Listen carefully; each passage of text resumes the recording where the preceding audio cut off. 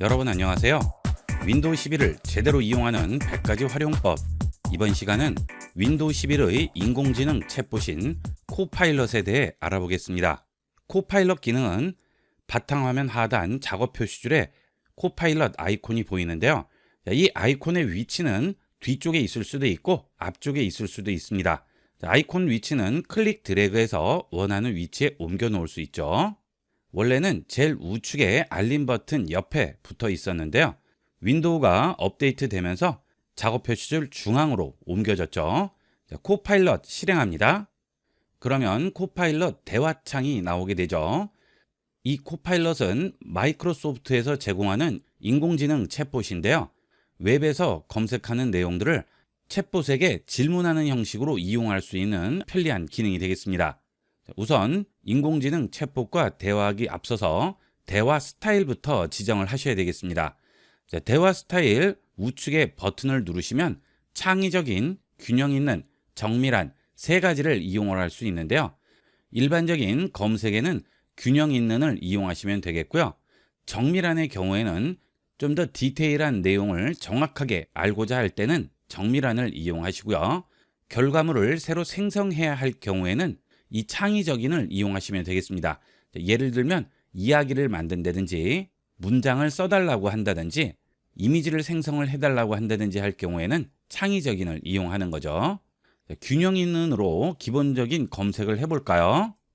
2024년의 세계 경제에 대해서 알려달라고 해보겠습니다.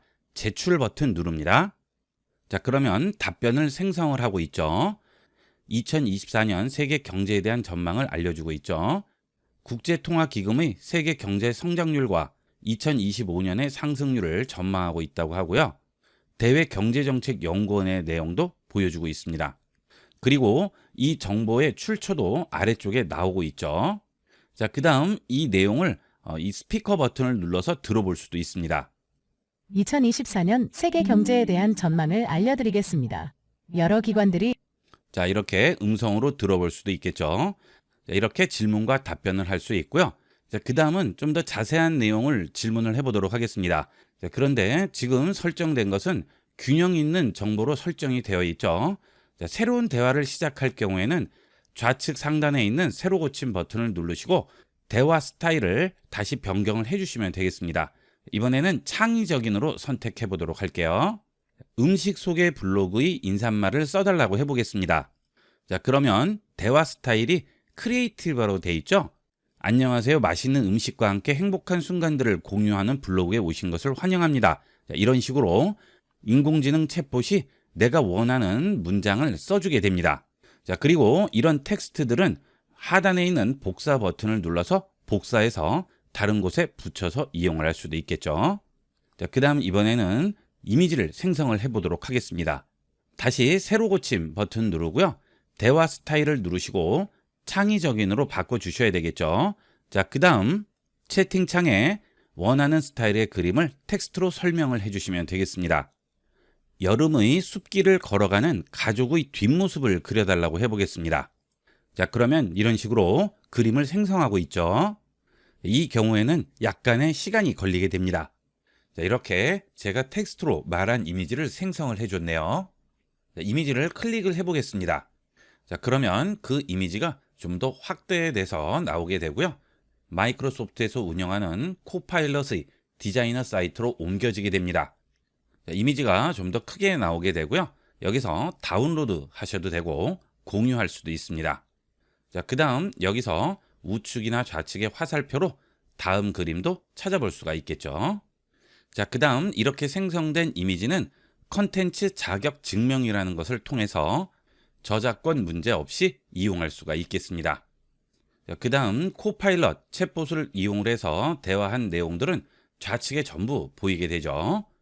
그 다음 하단의 채팅창에 텍스트를 직접 입력하지 않고 음성으로 채팅할 수도 있고요. 그 다음 이미지를 추가해서 질문을 할 수도 있습니다.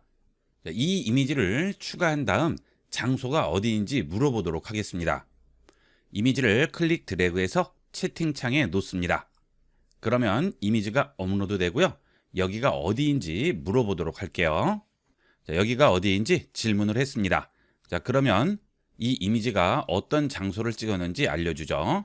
자, 이 사진은 창덕궁의 인정전을 보여주는 것 같다고 하네요. 정확합니다. 자, 창덕궁 사진이죠. 인공지능 기능이 나날이 발전하면서 어느 정도 대중적인 장소의 경우는 대부분 정확한 답변을 해주게 됩니다.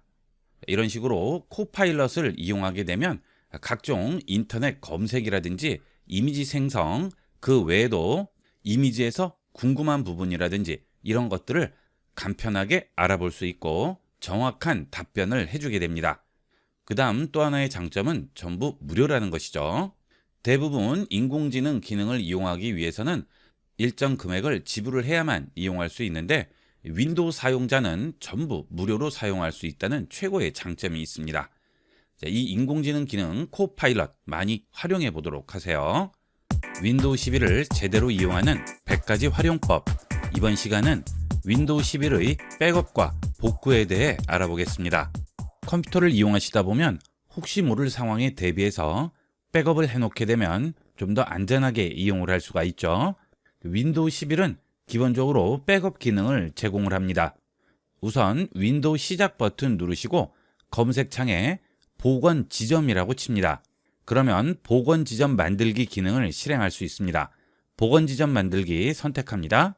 그러면 시스템 속성에서 시스템 보호 탭에 있는 시스템 복원 지점을 설정하게 되면 내가 지정한 시점으로 시스템을 다시 되돌릴 수가 있는 거죠. 백업과 복원이 한 번에 이루어지는 방식이 되겠습니다. 우선 복원 지점부터 설정을 해야 되겠죠. 하단에 보시면 시스템 보호가 설정되어 있는 드라이브에 대한 복원 지점을 지금 만든다고 하죠. 여기서 만들기를 누르면 복원 지점이 설정이 되는데요. 그렇게 되면 지금 시스템을 백업을 하게 되는데요. 시스템 보호가 설정되어 있는 드라이브에 대한 복원 지점을 만든다고 하죠. 지금 시스템, 즉 OS 윈도우 11은 로컬 디스크 C 드라이브에 설치가 되어 있죠. 그래서 복원과 백업은 C 드라이브에 대해서 하게 되는 거죠. 자, 지금 설정이 되어 있죠. 이것은 OS가 설치되어 있는 드라이브를 자동으로 설정해 주게 됩니다. 자, 그러면 아래쪽에서 만들기를 누릅니다. 자, 그러면 복원 지점을 식별할 수 있는 설명을 입력하라고 하죠. 자, 현재 날짜와 시간은 자동 추가가 됩니다. 자, 보통 날짜를 지정하는 것이 가장 식별하기가 좋겠죠. 자, 날짜를 지정했습니다. 만들기 합니다. 그러면 복원 지점을 만드는 중이라고 나오고 있죠. 현재 시스템을 백업하는 단계가 되겠습니다. 자, 복원 지점이 설정됐죠? 닫기 합니다. 이제 지금 지정한 날짜에 복원 지점이 설정이 됐죠? 자, 그러면 나중에 컴퓨터에 뭔가 문제가 생겼어요. 그래서 내가 지정한 날짜로 다시 복원을 하려고 합니다. 그럴 때는 똑같이 시스템 속성 창에 시스템 보호 탭으로 들어오신 다음 시스템 복원 눌러줍니다. 시스템 복원을 사용하면 컴퓨터 속도 저하되거나 응답하지 않는 문제를 해결할 수 있다고 하죠. 자, 이 경우는 여러분들이 컴퓨터를 이용하다 보면 드라이버를 설치한다던가 또는 문서나 파일을 다운받았다던가 할 경우 바이러스에 감염이 될 수도 있고 멀웨어에 감염이 될 수도 있겠죠. 또는 프로그램을 설치를 했는데 그 프로그램으로 인해서 컴퓨터에 문제가 생길 수도 있습니다. 자, 그러면 문제가 생긴 시점 그 이전으로 시스템을 돌리게 되면 그 지점 이후에 설치된 드라이버라든지 내려받은 파일들, 설치된 프로그램들은 전부 제거가 되는 거죠. 그래서 완전히 문제가 생기기 전으로 돌아갈 수가 있습니다. 컴퓨터에 문제가 생겼을 경우 가장 확실하게 해결할 수 있는 방법이 되겠습니다. 여기서 다음 누르시면 내가 지정한 복원 시점들이 전부 나오게 됩니다. 보통 일주일에 한 번 정도라도 복원 지점을 설정을 해두시면 문제가 생긴 시점 이전으로 돌아갈 수가 있겠죠.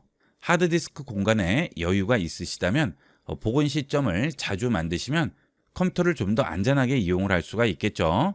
자, 보통 일주일에서 2주 정도에 한 번 정도 만들어 두시면 컴퓨터에 문제가 생겼더라도 바로 복원 시점으로 돌아갈 수가 있습니다. 자, 그러면 해당 날짜별로 설명이 쭉 나오죠.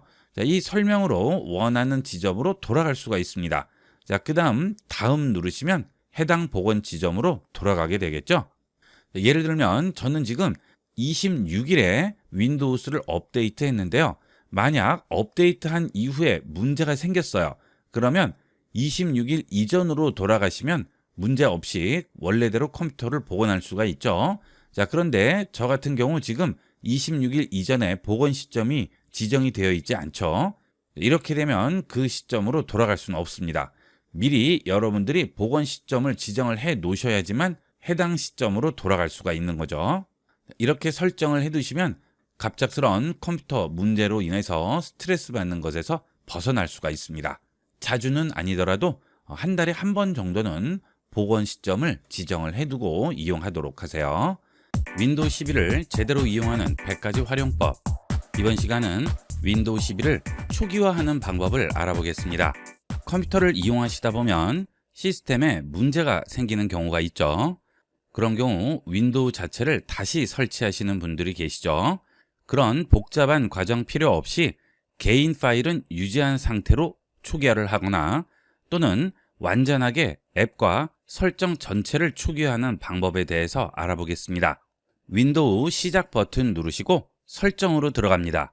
그 다음 좌측에서 시스템을 선택하시고 우측에서 아래쪽에 있는 복구로 들어갑니다. 그 다음 복구 옵션에 보시면 이 PC 초기화가 있죠. PC 초기화 선택합니다. 그러면 두 가지 옵션이 나오게 되는데요. 내 파일 유지, 즉 앱과 설정을 제거하지만 개인 파일은 유지하는 상태에서 초기화를 할 수 있고요. 그 다음 모든 항목을 제거합니다. 개인 파일과 앱과 설정까지 모두 제거하는 초기화 두 가지가 있죠. 내 파일 유지를 선택하면 앱과 설정은 초기화가 되지만 컴퓨터에 저장되어 있는 내 개인 파일은 그대로 유지가 됩니다. 그리고 모든 항목 제거를 이용하면 윈도우를 새로 설치한 상황과 동일하게 초기화를 해주는 거죠. 이 두 가지 중에 여러분이 원하는 방식으로 초기화를 하실 수 있습니다. 내 파일 유지를 선택을 하게 되면 클라우드에서 윈도우를 다운로드해서 설치하는 방법과 이 장치에서 윈도우를 다시 설치하는 두 가지 방법으로 설치를 할 수 있습니다. 예를 들어 로컬 다시 설치를 선택하게 되면 현재 장치에서 윈도우를 다시 설치하게 되겠죠. 여기서 다음을 누르시게 되면 설정은 기본값으로 변경되고 개인 파일은 그대로 유지가 됩니다. 그리고 이 장치에서 윈도우를 다시 설치하고 앱과 프로그램은 모두 제거가 되겠죠. 윈도우를 새로 설치한 상태와 동일한 상태로 초기화가 됩니다. 당연히 시간은 걸리게 되겠죠. 여기서 다시 설정을 누르시면 PC를 초기화하게 됩니다. 그러면 컴퓨터가 재부팅이 되면서 윈도우가 초기화되게 됩니다. 이렇게 이용하시면 윈도우를 다시 설치하는 복잡한 과정 필요 없이 간단하게 윈도우를 초기화할 수 있습니다. 이렇게 해서 이번 시간은 윈도우를 다시 설치하지 않고도 내 PC를 초기화하는 방법을 알아봤습니다. 윈도우 11을 제대로 이용하는 100가지 활용법. 이번 시간은 윈도우 11의 글꼴 설치 방법과 무료 글꼴 이용 방법을 알아보겠습니다. 윈도우 11에 글꼴을 설치하기 위해서는 윈도우 시작 버튼 누르시고 설정으로 들어갑니다. 그 다음 좌측에서 개인 설정 선택합니다. 그러면 우측에 글꼴이라고 나오죠? 글꼴 들어갑니다. 글꼴로 들어오시게 되면 내 컴퓨터에 설치되어 있는 글꼴들이 전부 보이게 되고요. 그 글꼴의 샘플도 보이게 됩니다. 해당 샘플을 클릭하게 되면 글꼴에 대한 자세한 내용을 확인할 수 있죠. 레귤러체, 네로우체, 이태릭체, 볼드체, 볼드 이탈릭체 등 다양한 글꼴의 변형을 확인할 수 있고요. 그 다음은 글꼴 크기 변경이라고 있죠. 여기서 글꼴 크기를 변경하면 크기에 따른 글꼴을 확인할 수가 있겠죠. 자, 그 다음 글꼴을 미리 보기 위해서 내가 원하는 텍스트를 쓸 수도 있습니다. 자, 한글을 쓰기 위해서 한글 글꼴로 바꿔보도록 하겠습니다. 뒤로 돌아가신 다음 아래쪽에서 한글 글꼴로 선택을 해볼게요. 가나 초콜릿체 선택을 했습니다. 자, 그 다음 여기에 텍스트를 입력을 해보겠습니다. 자, 이렇게 텍스트를 입력하면 해당 텍스트에 글꼴이 적용된 것을 확인할 수 있죠. 자, 이런 식으로 글꼴을 이용할 수 있고요. 글꼴을 제거할 경우에는 아래에 있는 글꼴 파일에서 제거 버튼을 누르시면 글꼴이 제거가 됩니다. 자, 뒤로 돌아갑니다. 자, 그 다음 글꼴 설치죠. 원하는 글꼴을 설치할 경우 글꼴을 들어다가 여기에 얹기만 하면 바로 글꼴이 설치가 됩니다. 간단하게 설치할 수 있겠죠. 자, 그리고 글꼴 제거는 이 샘플 상태에서도 제거할 수 있습니다. 샘플 텍스트가 있는 우측 상단에 점 3개 버튼을 누르시고 제거 버튼을 누르시면 해당 글꼴을 제거할 수 있습니다. 그런데 요즘은 이 글꼴 때문에 많이 문제가 되고 있죠. 윈도우에서 기본 제공하는 글꼴 외에 구입해서 글꼴을 쓰지 않고 그냥 썼다가 저작권 때문에 문제가 되는 경우가 많은데요. 무료 글꼴 이용하시면 안전하게 이용을 할 수 있겠죠. nunnu.cc라는 무료 폰트를 모아놓은 사이트로 오시게 되면 다양한 무료 글꼴들을 다운로드해서 설치할 수 있습니다. 자, 이 무료 글꼴들은 공공기관이나 지자체, 일반 회사들에서 사용자들을 위해서 무료로 배포하는 글꼴들인데요.